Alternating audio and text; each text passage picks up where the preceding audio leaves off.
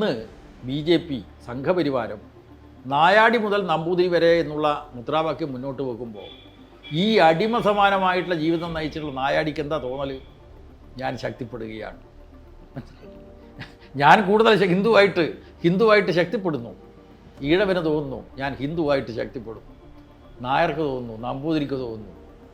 അപ്പോൾ ഇങ്ങനെയുള്ള social engineering നടത്തിക്കൊണ്ട് ഹിന്ദുത്വ രാഷ്ട്രീയം ശക്തിപ്പെടുത്താനാണ് കേരളത്തിൽ പരിശ്രമം നടത്തിക്കൊണ്ടിരിക്കുന്നത്.